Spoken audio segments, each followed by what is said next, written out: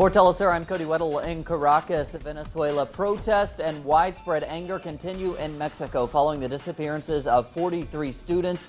With an update, here's our correspondent Clayton Kahn. It's been 36 days since the 43 Ayotzinapa students were forcibly disappeared by municipal police in Iguala, Guerrero, an operation ordered by fugitive Mayor Jose Luis Abarca. Of the 140 students studying in the Rural Teachers Training College in Ayotzinapa, 110 have been absent from classes. The 43 disappeared, and 67 others who say they fear going to class for threats made against the school and parents of the missing in reaction to the events in Iguala. Meanwhile, as the federal authorities continue with their search and investigation with few results, a report has emerged that the executive branch is planning the construction and implementation of a type of crisis room costing $4.2 million to attend to security and natural crises with all three levels of the government. The type of war room is expected to be in operation by December of this year. This is Clayton Kahn reporting for Telesur in Mexico City. And thanks to Clayton, we go to Peru now, where the country has seen an increase in minors working as paid hitmen. Peruvians are now discussing possible solutions to that growing problem. Our Peru correspondent Rael Mora has more. A debate is taking place in Peru after the president of the judiciary proposed reducing the age required to send someone to prison to 16 years of age. Analyst Luis Lamas argues that this is one of the measures that the state has to take in order to decrease crime. Crime is a constant and permanent problem. It is not going to disappear, but I do believe that the state has to be more active, more symbolic, and send a message along these lines to society so as to counteract a significant increase in this type of crime. Others, like Lourdes Febres from Action for Children, oppose such measures, arguing that it will open the door to jail children of any age. Febres says the state should address the root causes of the problem.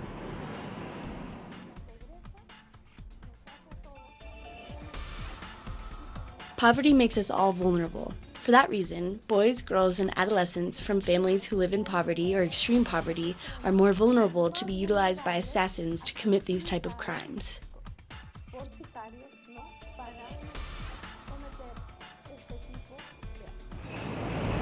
Febres and Lamas disagree on the issue of having age restrictions to be able to put someone in prison, but they both agree that the responsibility falls on the state to take comprehensive action to decrease crime and its causes.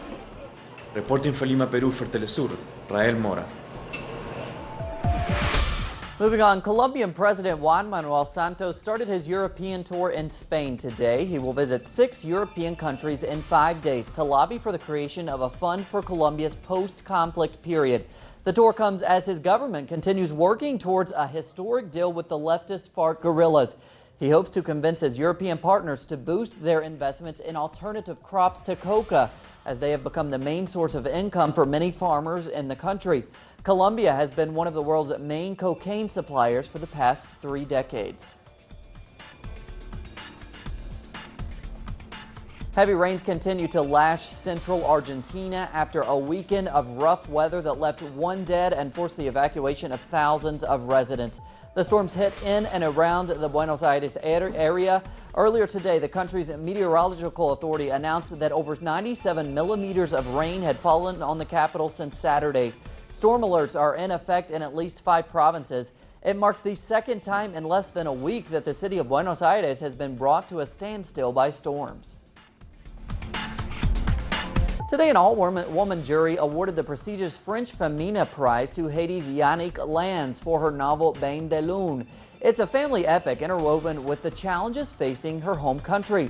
Lanz has become a prominent figure in Haiti's national literature and is actively engaged in the social and cultural development of the country. This book and this prize are proof that Haitian culture is very strong, and the novel shows how much we in Haiti can always recover from ordeals. The author has a big imagination. She talks about her dead ancestors who still have a very strong influence on life. In Sierra Leone, the lack of health facilities is exacerbating the Ebola epidemic, while the epidemic is having its own effects. With the latest, here's our correspondent in Sierra Leone. Moravi is a semi-urban town made up of some 2,000 families, but it doesn't have even one health center. To fight the Ebola outbreak, a special center was created just outside the town with 16 beds for the whole district. But it's not copying. We were not given permission to film there. This group of families are being quarantined but are not receiving any help. Since this illness arrived, many have died, and there is no work, there is nothing to do, just stay put where you are. Many people are malnourished, many of the women from this neighborhood are traumatized. And they give them the money to come and sustain, they don't give you nothing. We don't have nothing, we are really constrained. Even right now, as I stand in front of you, I want to chop, I don't have nothing to chop. Aminata Cissé lost her father first, then her whole family became sick. She's one of the few who have survived. She now sells a rice dish called lafidi. She wonders if she will be able to return to studying. These are women who have lost family members in humble dwellings, which are now sealed and they don't dare enter. This is a sick somebody. He's sick. People are not only suffering from Ebola, but other illnesses. They too have no access to medical treatment like this woman. Something for us, sir.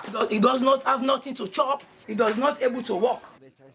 A team has arrived in Moravi today to take away a person who died at home. It was a young woman, 5 months pregnant. She was called Maria Tu, and according to her friend, yesterday she was not sick, but just in case, the team took the body away according to Ebola protocols.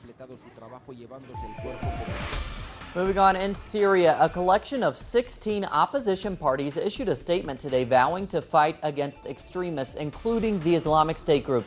The declaration was made in Damascus at a time when the al-Qaeda-affiliated Nusra Front is expanding its grip on northern Syria, pushing back moderate rebels. Among the signatories was the Syrian National Youth Party, an organization which describes itself as neither for or against embattled President Bashar Assad. The African nation of Chad is facing a new threat to its agricultural industry, the Nigerian militant group Boko Haram.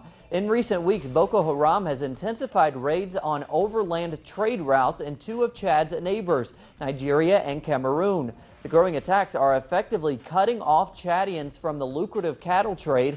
Chad's Herders Union says more than 8,000 head of cattle have been stolen by Boko Haram since August, but the militants are only getting bolder. Next to oil, the cattle industry is Chad's second most important sector. But if the attacks continue, Herders warn Chad's agricultural sector could be headed towards collapse. 3 French women are preparing to paddleboard from Chile all the way to Antarctica. The trio, Stephanie Guyer, Bernice Alexandra Lux, and Itziar Abascal, will paddleboard over 1,000 kilometers to raise money for projects aimed at water conservation. The paddleboaters are currently in their final stages of training and expect to set off in December. 4, but are now down to 3, cutting down their recovery time between each. More on those stories and others at our website, telesurtv.net/English. For Telesur English, I'm Cody Weddle. We'll see you right back here tomorrow.